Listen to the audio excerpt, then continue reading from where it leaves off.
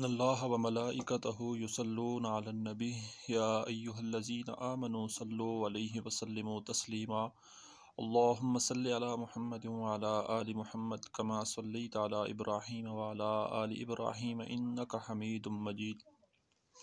اللہم بارک علی محمد وعلی آل محمد کما بارکت علی ابراہیم وعلی آل ابراہیم انک حمید مجید۔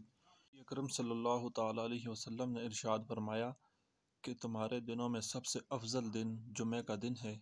اور اس دن مجھ پر کثرت سے درود بھیجا کرو کیونکہ تمہارا درود مجھ تک پہنچایا جاتا ہے۔ حضرت ابو ہریرہ رضی اللہ تعالیٰ عنہ کی ایک حدیث میں نقل کیا گیا ہے